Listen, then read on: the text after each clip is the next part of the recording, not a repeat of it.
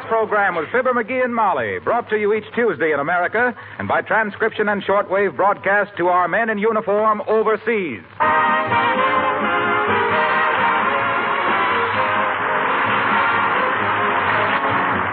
Makers of Johnson's Wax and Johnson's Self-Polishing Glow Coat present Fibber McGee and Molly, written by Don Quinn, with songs by the King's Men and music by Billy Mills Orchestra. The show opens with a shine on your shoes.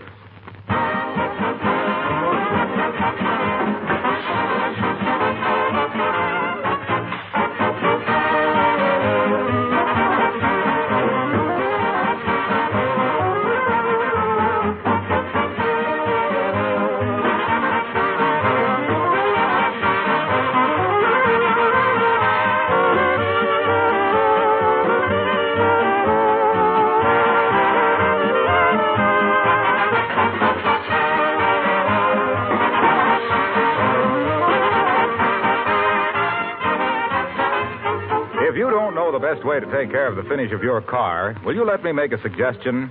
There's a Johnson combination product called Carnu, spelled C-A-R-N-U, that both cleans and polishes in one application. If you'll try Carnu just once on your car, I know you'll be delighted with the results. Carnu saves time and work and money. It's a liquid polish. You rub it on, let it dry, and wipe it off. It gives your car back its original showroom shine. Makes it sparkle with a minimum of work. Then, if you want to give added protection to the finish, save car washings, make cleaning still easier, you can add a coat of wax, either Johnson's Auto Wax or the regular household wax. Take better care of your car with Johnson's Carnu.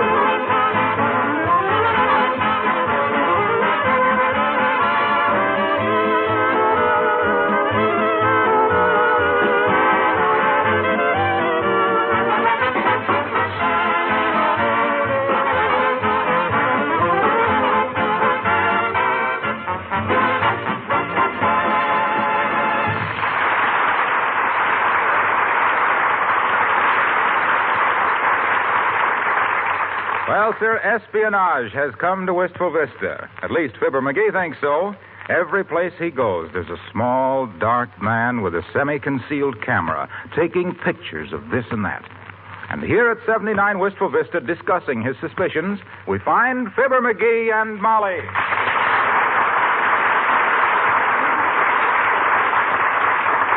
I'm telling you, Molly, the guy is a spy. Every place I go, there he is, snapping pictures.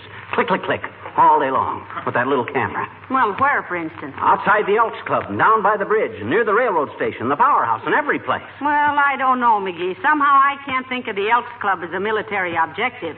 Though it might be classified as an ammunition dump. What you mean? Well, there's so much lead sitting around there. But the bridge, and the powerhouse, and the railroad station, them are all military objections. For that matter, what were you doing around the railroad station and the powerhouse and the bridge? I was to all them places on business. What business? Well, I had to go to the station to mail an important letter. Wanted to get it off on the 142. Whom were you sending it to? The National College of Self-Improvement in Harmonica Playing. You'll admit my harmonica playing could be improved. I'll confess that without being tortured. But what were you doing at the power station? There was a bunch of linemen down there installing a new transformer. Yes? Yes. And I always been fascinated the way them guys can climb up a telephone pole with them spurs of theirs. One guy, a fellow named Joe, got a sliver in his leg. And Remind me to send flowers, dearie. But I still don't know what you were doing there. I was watching them, doggone it. The guy can't sit around the Elks playing rummy all day long, can he? And there was this guy with his little clamor. Click, click, click, all day long. You know what first made me suspicious of him? What? Every time I'd look at him, he'd look away. Oh, my. Yeah. McGee, I love you, but don't get the idea that everybody who doesn't like to look at you for hours at a time is a foreign spy. Heavenly days, the whole country will wind up in a concentration camp. And just the same, there was something fishy about that guy. I think he's another Harry Matty. A what? A Harry Matty. You know, a spy.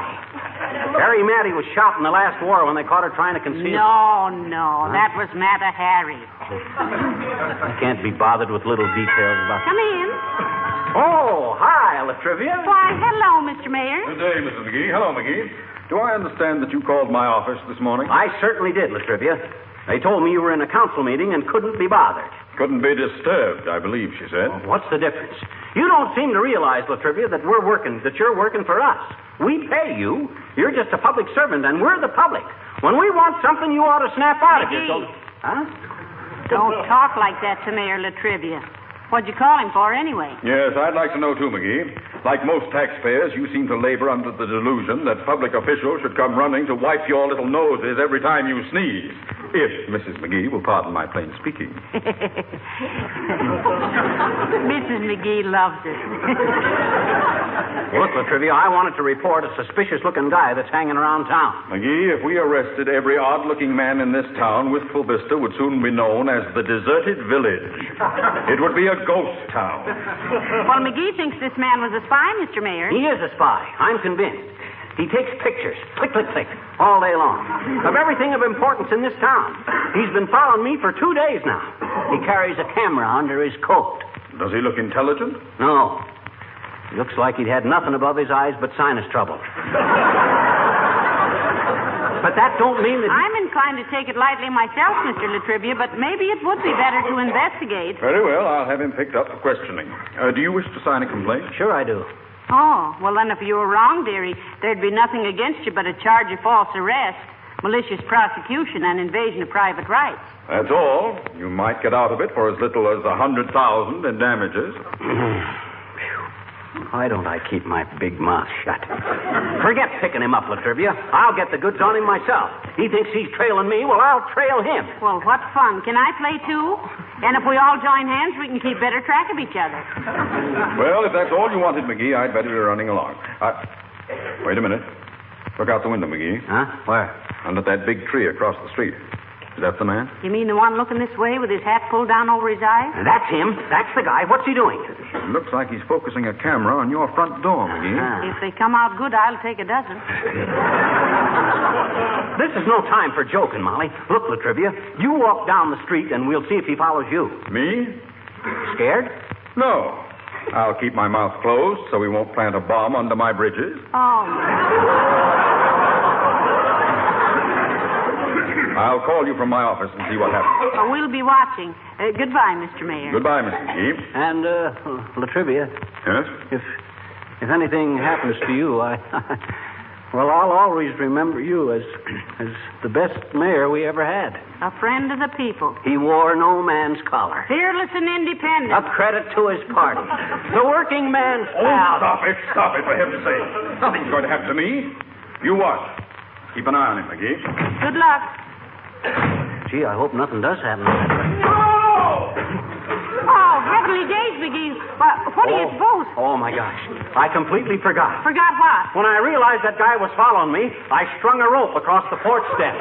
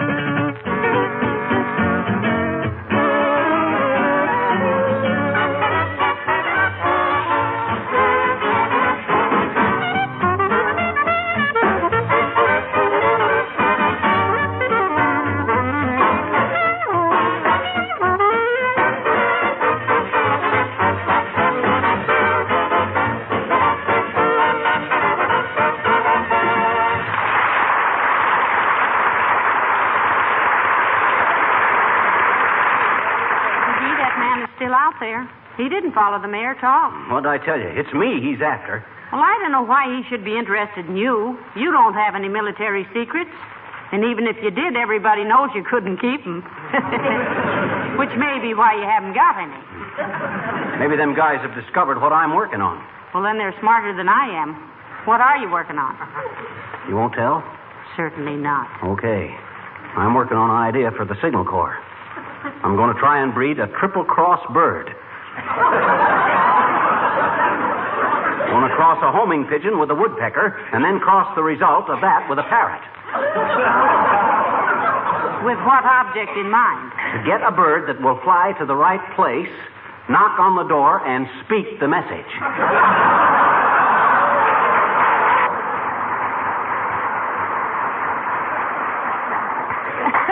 That's marvelous. Why don't you work an ostrich in there, too? Huh? Then if pursued by an enemy, he can stick his head in the sand and they can't hear what he says. Say, maybe you got something. Oh, no. That ain't practical. I thought for... Uh-oh. Wonder if that's him. No. He's still across the street. Come in. Well, I'll be a Horatio K. Boomer. Hello, Mr. Boomer. Good day, my dear. And a messy May morning to you, monkey face. Just what is it that you think you can do us for today, Boomer? Now, that's no way to talk to a guest. Or anybody else, McGee. Maybe Mr. Boomer has a very legitimate reason for this intrusion, or this visit. Certainly have, my Pippin, certainly have. Salvaging metal for the government. Wanted to see if you had any gold or silver lying around that you can spare. Gold or silver? That's what I said, pistachio puss.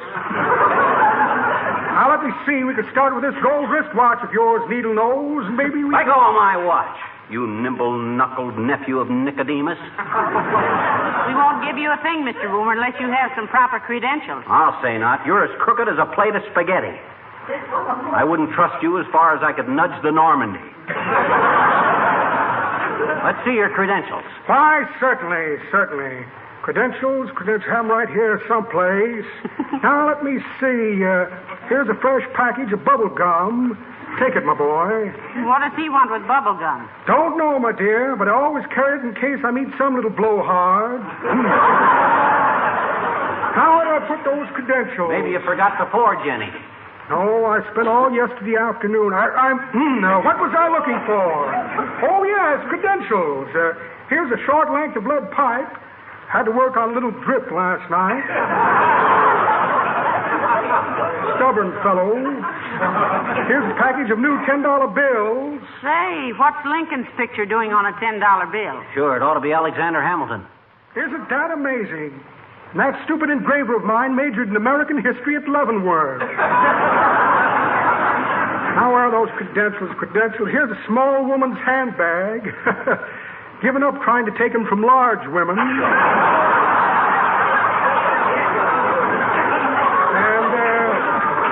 a check for a short beer. Well, imagine that. No credentials. Took the words right out of my mouth.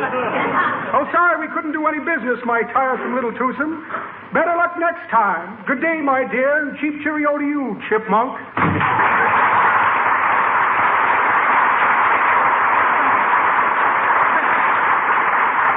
Hey, I wonder where Mr. Boomer's been all this time. When a guy like him ain't been seen any place for exactly 90 days, you can draw your own conclusions. Hey, look, that spy is still out there. I think I'll go out someplace and see if I get followed some more. Oh, no, don't, McGee. Something might happen. Oh, I can take care of myself. I'll wear my badge. Which one? Junior G-Man or chicken inspector? Those are just gag badges, Molly. I got a deputy sheriff's badge from Peoria. See? Oh. Yeah. You going to make him follow you all the way to Peoria? Oh, no. Now, look. Here's what I'll do. I'll walk kind of casual down toward the airport, then out to the steelworks. Hello, folks. Say, what are you looking so serious about? Somebody's been following McGee around, Mr. Wilcox. Yeah, and he keeps taking pictures of me. Click, click, click, all day long. Every place I go. Oh, who is he? Well, we don't know. McGee thinks he's a foreign spy. Say, that's strange. I had an odd experience last Saturday night myself. Yeah? I followed a suspicious-looking man all over town. Heavenly days, I'm getting the creeps. Who was he, Mr. Wilcox? A spy? That's what I thought. He first attracted my attention when I saw him come out of a doorway, sort of hiding a bundle under his coat. Oh. He looked both ways up the street and then sneaked off down an alley. Excuse me, boys, while I run up and wash my hair. I might as well do it while it's standing on end. Oh, wait a minute, Molly.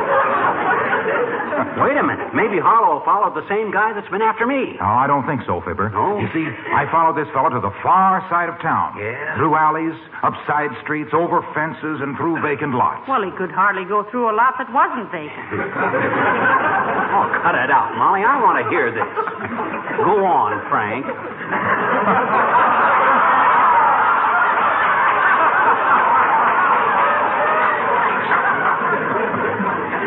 Well, finally he looked around cautiously and ducked into a garage.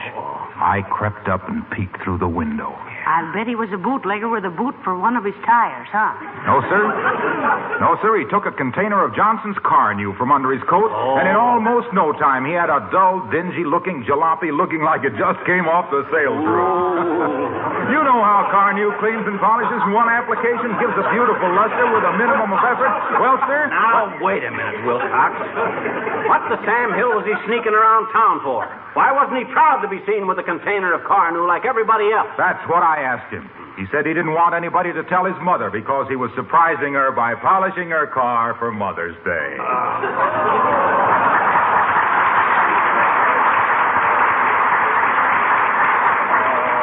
McGee, stop gnawing your nails. Well, it was either that or say something the sponsor might regret. Do you have to take advantage of situations like this, Wilcox? Can't you be honest and manly and come right out and sell car new? Oh, the trouble with you, Fibber, is you haven't got any sense of dramatic values.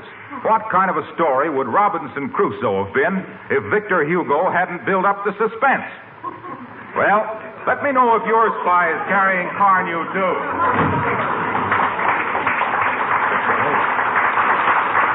Hey, Molly. Yeah? Did Victor Hugo write Robinson Crusoe? Why, of course not. It was written in the first person, so Robinson Crusoe must have written it himself.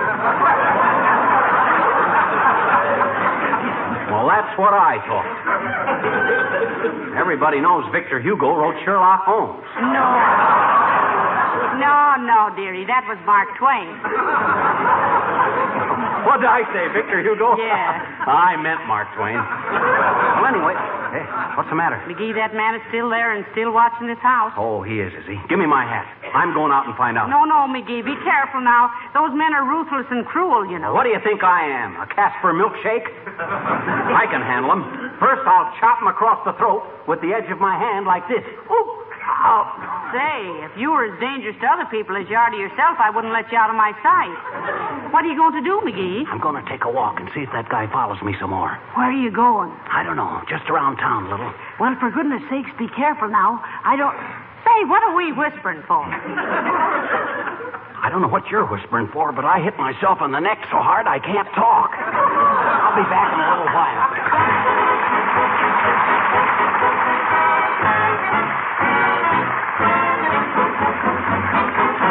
The King's Men sing America's Calling. Son of America, your America's calling to you. Father of waters, let your sons and daughters echo the cry, thank God for freedom. Create island palisades, guard the home of the red, white, and blue. From border to border and coast to coast, America's calling to you. Oh, say, have you seen your America? Have you seen the Swanee shore? Oh, say, have you seen America? From the plains of Idaho down to Mexico. Have you seen the fields of Iowa? Have you crossed the great divide? Have you seen all the glories of Washington? Have you seen the giant redwoods that are California's pride? Oh, say, have you seen your America? From the hills of Tennessee you seen America? From the San Francisco Bay to the Great White Way. Have you seen Dakota's prairie land and the Lone Star's Alamo? Have you seen Valley Forge and the Delaware? Have you seen a certain statue with its giant torch aglow? You sons of America, take your stand for the red, white, and blue. North to the boundary and coast to coast, your America's calling to you.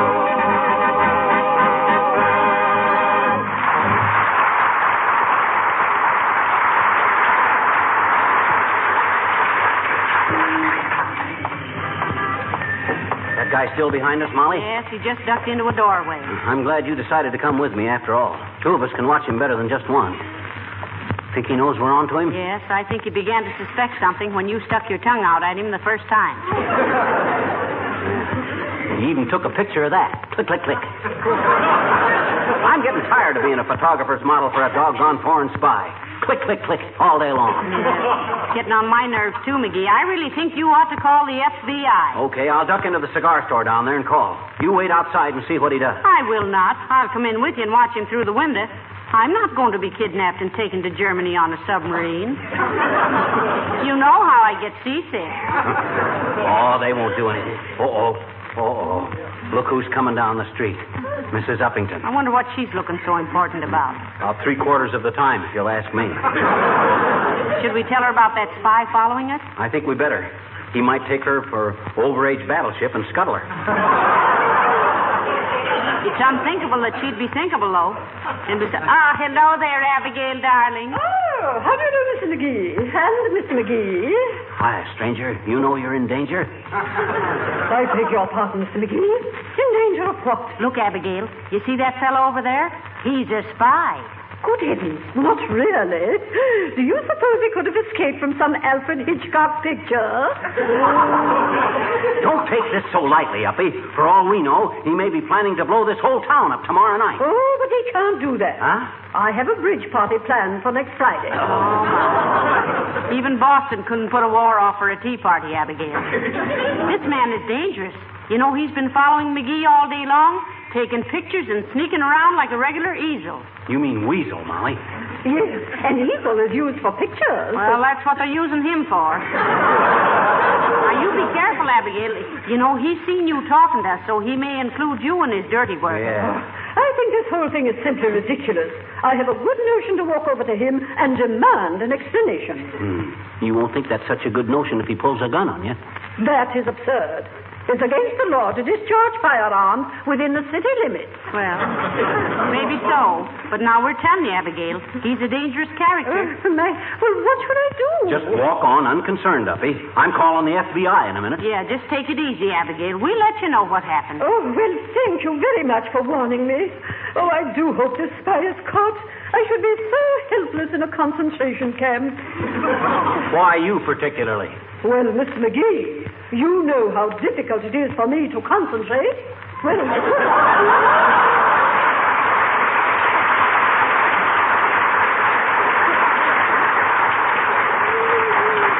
Hey, here's the cigar store. I'm going in and phone. You won't be scared? Certainly not. Now go on in and phone. Okay, I'll be right out. Me and my shadow, da-dee-da. Oh, hello there, Mrs. McGee. Ah, hello, Mr. Wimple. Say, now, don't look now, but there's a foreign spy over there taking our picture. Oh, goodness. Doesn't he look repulsive? Yes. McGee is inside the cigar store now, telephoning the FBI. There must be quite a wave of crime and espionage in town, Mrs. McGee. You know, I caught a burglar jimmying his way into our house when I came home last night. Oh, heavenly days, really? What'd you do? I opened the door for him on condition that he'd go in first. And did he do it? Yes. The poor fellow. Sweetie Face thought it was me, and before you could say, "Where's the iodine?" she was shaking salt all over him. Salt, what was that for? Oh, that's just a little joke of Sweetie Face's. She likes to tie people up in knots like a pretzel and then shake salt over them. Oh. Well, you're lucky you didn't go into the house first. Oh, I don't know, Mrs. McGee. Lately, Sweetie Face has been very nice about my coming in late. The minute I tippy-toe in the front door, she gives me my slippers and my pipe and the latest novel. Oh, she does? Yes, right in the face. You see, It's okay, Molly. They got an agent on his way over here right now. Oh, hi, Wimp. Hello, Mr. McGee. My, you seem excited. Well, I should think he would be. You better get going, Wimp. There's a federal dick on his way over here, and there's liable to be some gunplay. You better go, too, Molly. I will not. I'll just stand behind this wooden Indian here. I'm really not an Indian, Mrs. McGee. My father... No. She meant this cigar store Indian, Wimp. Oh. Well, then, if you don't need me, I'll be trotting along, folks. I promised to take Sweetie Face to the circus. Oh, really? Does Sweetie Face like circuses? Oh, this is strictly business, Mrs. McGee. One of the gorillas is getting vicious, and they asked Sweetie Face to come over and slap him around a little.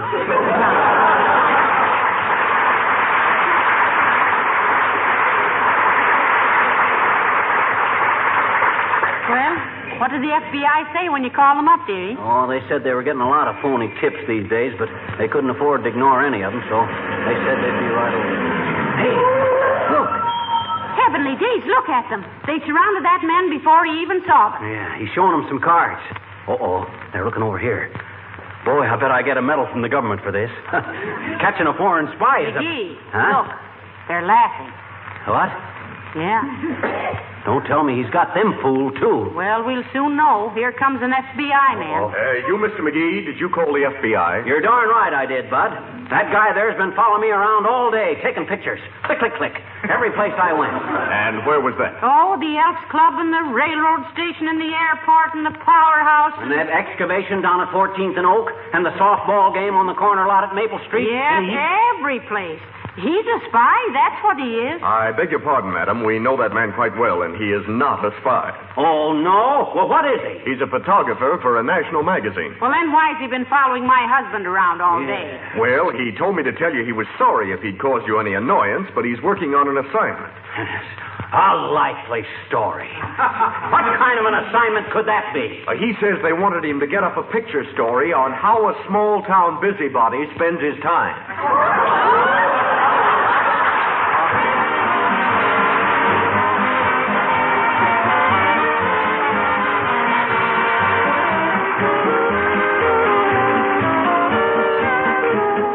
Any old rags or rubber or metal today, ladies?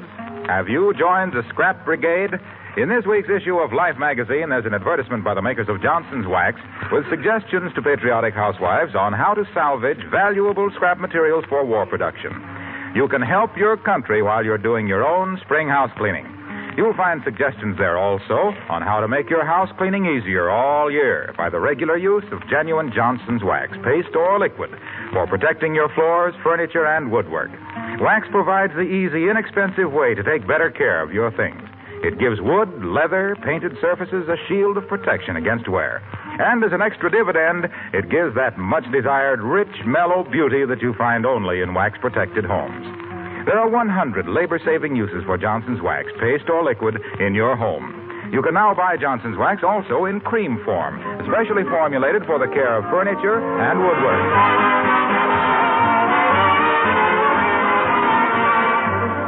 Hey, Molly. Yes? You know what? No, what? I think that guy fooled them government fellas.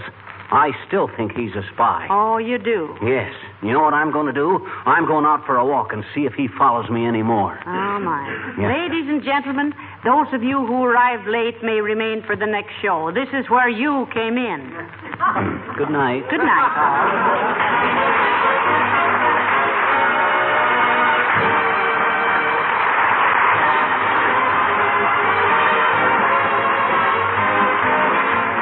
This is Harlow Wilcox, speaking for the makers of Johnson Wax Finishes for home and industry, inviting you to be with us again next Tuesday night. And reminding you that the government is in urgent need of 55,000 young women to enter schools of nursing this year and prepare themselves for national defense. Ask your state Nurses Association for further information. Good night. This program came to you from Hollywood. This is the National Broadcasting Company.